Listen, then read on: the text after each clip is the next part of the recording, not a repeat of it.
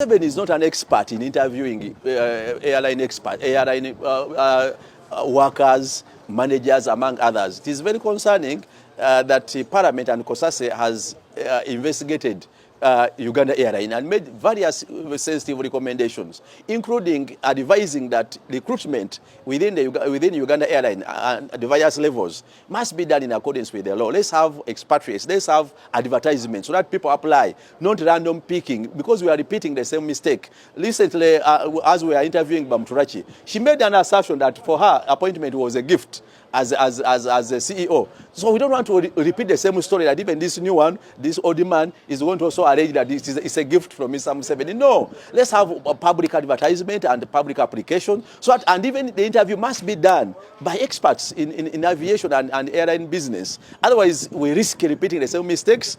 I doubt that there will be any improvement. But again, this random picking and nomination, where appointment is by directives and direction from Mr. Museveni, is very concerning. And if this man visited Mr. Museveni, what questions did he ask this man? How could he verify that he's an expert in that area? He needed to hire experts. Maybe he would have formed the part of the interview panel to advertise and interview workers and potential replacement for Bamturachi. But this kind of random picking might take us in the same circle of making losses within the aviation sector for Uganda Airline. It is very concerning.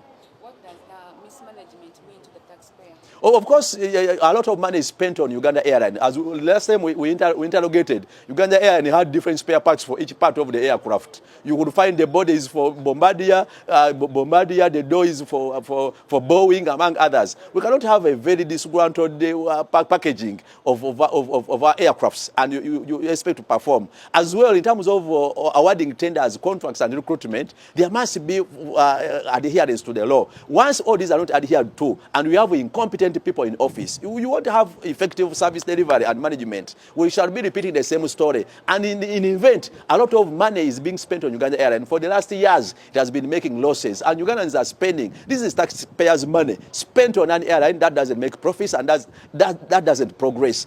If we repeat the same story, we shall continue making losses, huge losses in the billions of money, or at the expense of a taxpayer. And Ugandan taxpayers also need accountability and the value for money.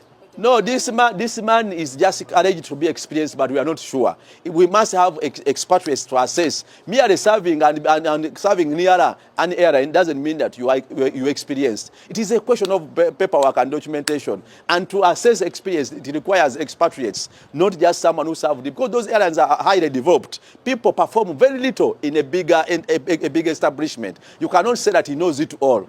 Probably he was in marketing, or he was in another segment, and you say he's experienced. Experience is not a question of how old you are, or which company you served before. It involves much more. So I'm not convinced yet that he's experienced. It is a question of interview. He hasn't been interviewed, and I have confidence and trust and assurance that Mr. Museveni has no capacity to assess competence.